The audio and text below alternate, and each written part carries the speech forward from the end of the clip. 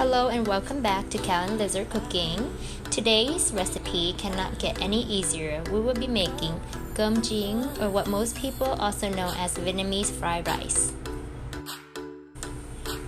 We only have 6 ingredients for this recipe: garlic, eggs, Chinese sausage, green onions, carrots, and rice. First, you'll want to crack your eggs into a bowl. We used 4.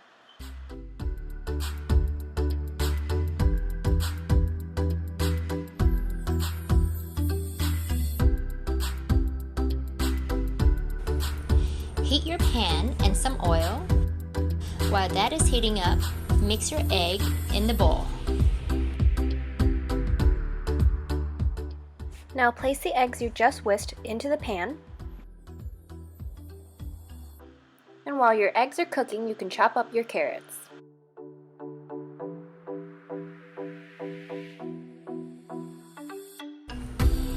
In the meantime, you can cut up the Chinese sausage and mince the garlic too. Don't forget to cut up the green onions as well.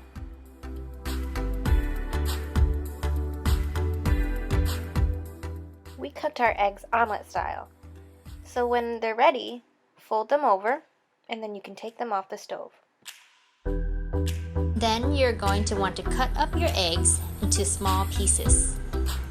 Now, take your chopped up ingredients to the stove and start by browning the garlic. Then you can add the Chinese sausage and your carrots, but be sure to save the green onions for later.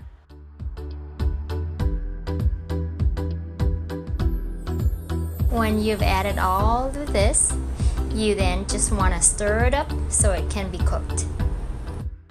Now we add the rice. We used rice we cooled in the fridge because it's drier and easier to work with as opposed to new rice, which is sticky. Over time, the rice will brown, and this is the color we eventually want to see. And one of our last ingredients is the eggs. Don't forget to stir.